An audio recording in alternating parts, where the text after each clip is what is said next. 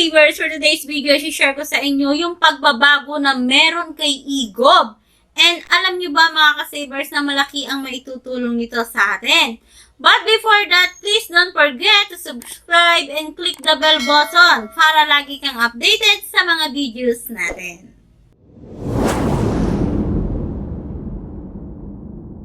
Okay mga ka-savers, alam nyo ba na pag-open nyo ng eGov nyo, may makikita kayong kakaiba? Dati, dalawa lang ang pwede nyong makita. Ito yung National ID and PhilHealth. But, take note, ngayon 4 na dahil nandito na rin si TIN at si Pag-ibig.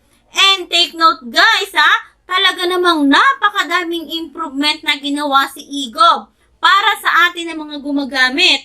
Dahil unang-una kay Pag-ibig, alam nyo ba na si Pag-ibig, makikita mo na dito yung updated savings mo or yung regular savings and MP2 update mo. Makikita mo rin dito yung iyong housing loan, Pag-ibig loan, and hindi lang yan mga ka-savers. Pwede mo pang pindutin yung iba tulad ng calamity loan. Makikita mo rin dito mga ka-savers. O, diba talaga namang gamit na gamit mo yung iyong eGov?